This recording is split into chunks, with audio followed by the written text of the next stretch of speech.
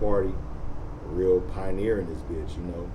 Big fan, from the Young Black Brother, from the MacDre's the name, to the Too Hard for the Fucking Radio, to the Young Black Brother album, to the What's Really Going On album, down to the Rapper Gone Bad album, to the, you know, Dizzle Washington, down to the, you know, to the last one, the, you know, the DVDs and all that shit. Big MacDre fan. Like I said, we got the same last name. His name is Andre Hicks. My name is Adam Hicks. My dad said we got family in Vallejo, so I might need to dig into that a little bit deeper, but I think I'm related to MacDre. Same initials. Yeah, right. You know, I think Literally. I think I'm related to him. When I met him, we had a bond from the first time we met. So that death hit me real hard. I was in the feds when MacDre died, and I got the news through the Murder Dog magazine. A nigga from Richmond had a Murder Dog magazine, and I was laying on my bed, and he came to my bed and was like, "Blood, your MacDre died." I was like, "Nigga, MacDre died? What the fuck?" He showed me the article and shit. I was like, man, because a couple years before that, Koopnut had died. And I got the word the same way in the Murder Dog magazine. I was all the way out in fucking, I think it was in Lompoc during that time, or Taft at that time, when MacDre passed. And that was devastating, man. I remember Eazy-E had the Ruthless Radio. Well, Eazy-E had passed by then, but they still had the Ruthless Radio that we used to get it in Taft. 80, I forgot what the station, 88.1, I think, was Ruthless Radio, like on Saturday night at 9 o'clock. And that night they did a dedication to MacDre. And that's how, you know, that's another way that I found out they had died. They did the MacDre dedication on Ruthless Radio, started by Eazy. Shout out to Eazy. His death fucked me up too, because I was cool with Eazy too. Yeah, man, and then TheJacka. When I got out the feds, I went to a Hood Stars concert. Hood Stars, Jacka, and MobFigaz. Then Jay Stalin was at the show, Live Wire.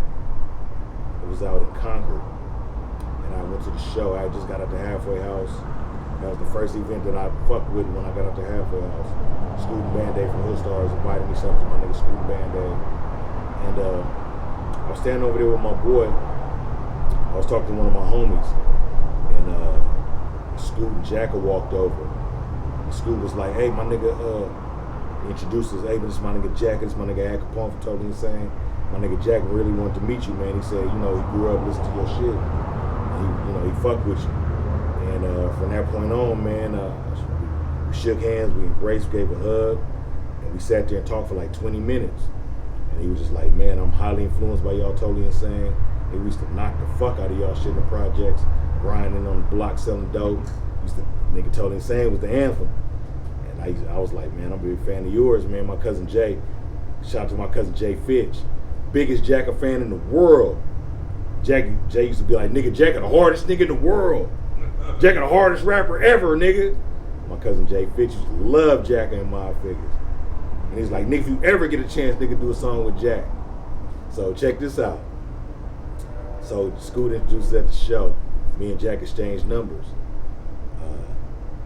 Jack called me one night. He said, "I'm at 17 Hertz. What's up? What you doing?" I'm like, "Shit, I ain't doing shit." He's like, "They come through, fuck with me."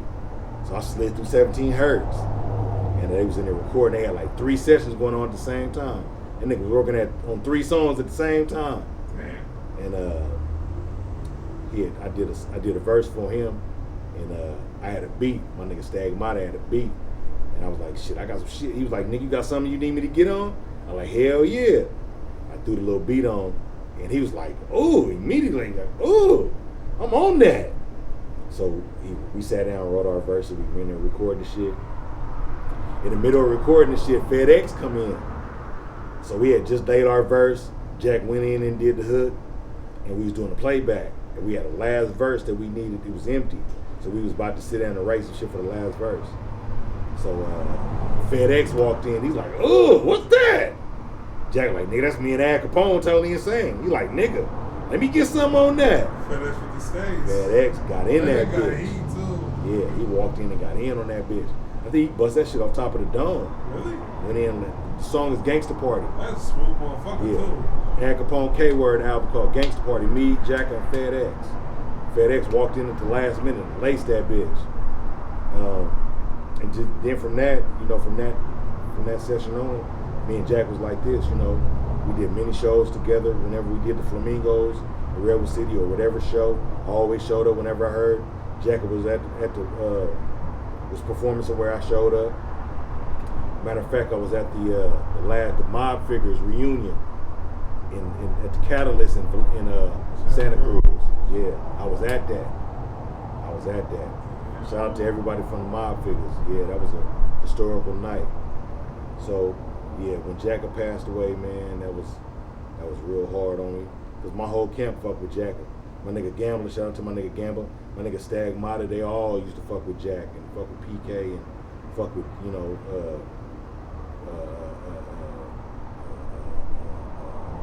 the whole clique, the whole MobFigaz clique.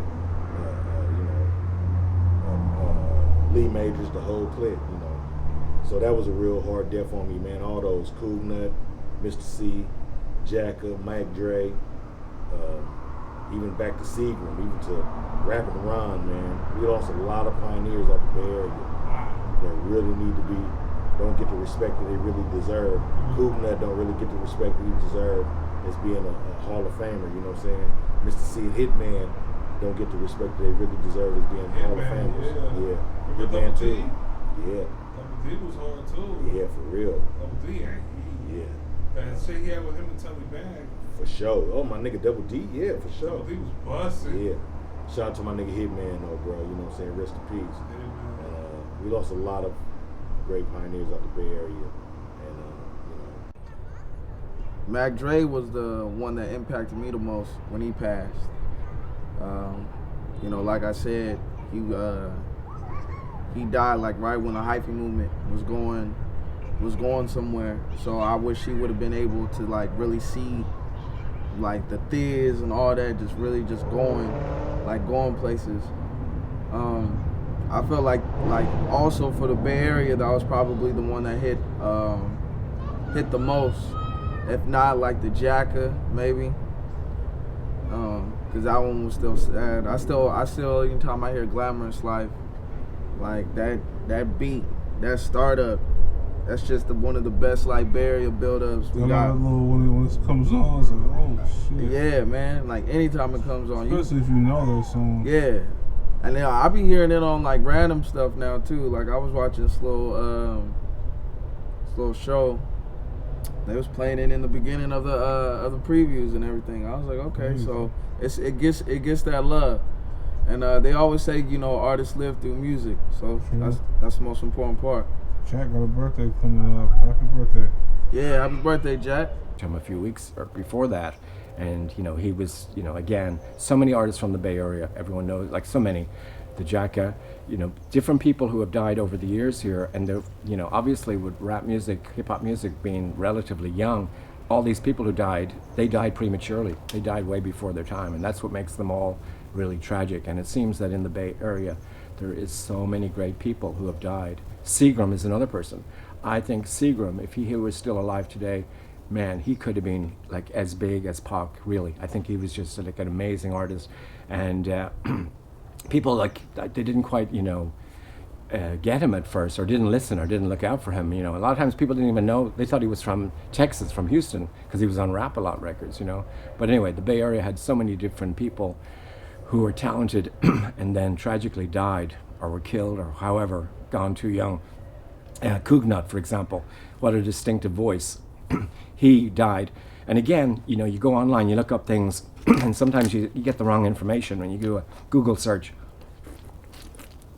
I read one thing where someone goes, oh yeah, he was killed, he was shot. He's like, no, he wasn't. He was killed in a car crash coming back from a fishing trip at, I think, age 33. And Cougnut and IMP, when they first came out, wow, scandalous. I mean, truly ahead of their time.